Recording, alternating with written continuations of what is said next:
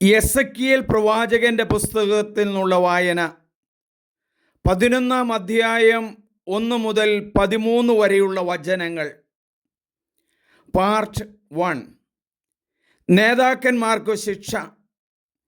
ആത്മാവെന്നെ ഉയർത്തി കർത്താവിൻ്റെ ആലയത്തിൻ്റെ കിഴക്കേ കവാടത്തിലേക്ക് കൊണ്ടുവന്നു. അതാ അവിടെ 25 പേർ, ജനപ്രമാണികളായ അസൂറിൻ്റെ പുത്രൻ യാസാനിയൻ്റെയും ബനായുടെയും പുത്രൻ പെലാത്യായെയും അവരുടെ ഇടയിൽ ഞാൻ കണ്ടു. അവിടുന്ന് എന്നോട് അരുളിച്ചെയ്തു, മനുഷ്യപുത്ര, ഇവരാണ് പട്ടണത്തിൽ ദുഷ്കൃത്യങ്ങൾക്ക് കളമൊരുക്കുകയും ദുരുപദേശങ്ങൾ നൽകുകയും ചെയ്യുന്നവർ. അവർ പറയുന്നു, നാം വീട് പണിയേണ്ട, സമയമായിട്ടില്ല, ഈ നഗരം കുട്ടകവും നാം മാംസവുമാണ്. ആകയാൽ പ്രവചിക്കുക, മനുഷ്യപുത്ര, അവർക്കെതിരായി പ്രവചിക്കുക. കർത്താവിൻ്റെ ആത്മാവ് എൻ്റെ മേൽ വന്ന് എന്നോട് കൽപ്പിച്ചു, കർത്താവ് അരുളിച്ചെയ്യുന്നുവെന്ന് പറയുക. ഇസ്രായേൽ ഭവനമേ, നിങ്ങൾ ഇങ്ങനെ വിചാരിക്കുന്നു, നിങ്ങളുടെ മനസ്സിലുദിക്കുന്നതെല്ലാം ഞാൻ അറിയുന്നു. ഈ നഗരത്തിൽ നിങ്ങൾ എണ്ണമറ്റ വധം നടത്തി, മൃതശരീരങ്ങൾ കൊണ്ട് നഗരവീഥികൾ നിങ്ങൾ നിറച്ചു.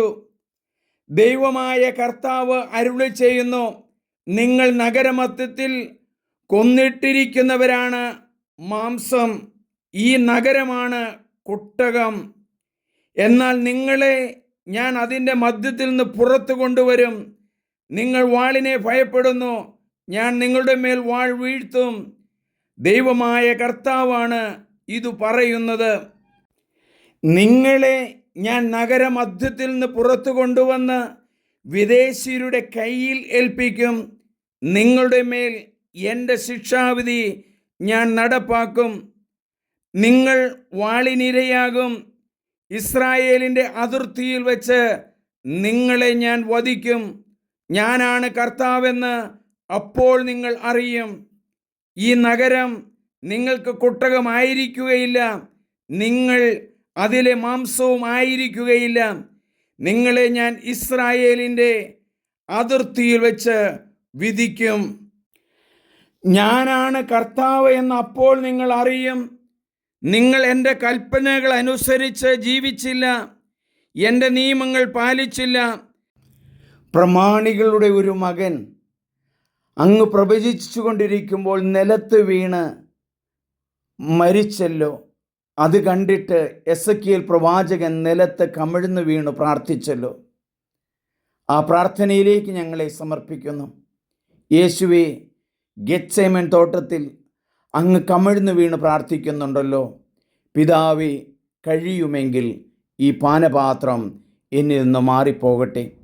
കഷ്ടതയും ദുഃഖവും രോഗവും സാമ്പത്തിക നഷ്ടവും അനുഭവിക്കുന്ന എല്ലാ മക്കളെയും വചനത്തിലേക്ക് സമർപ്പിച്ച് ഞങ്ങൾ പ്രാർത്ഥിക്കുന്നു.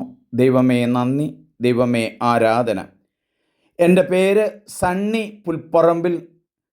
എല്ലാവരും ഇത് സബ്സ്ക്രൈബ് ചെയ്യണം, ഷെയർ ചെയ്യണം. Thank you.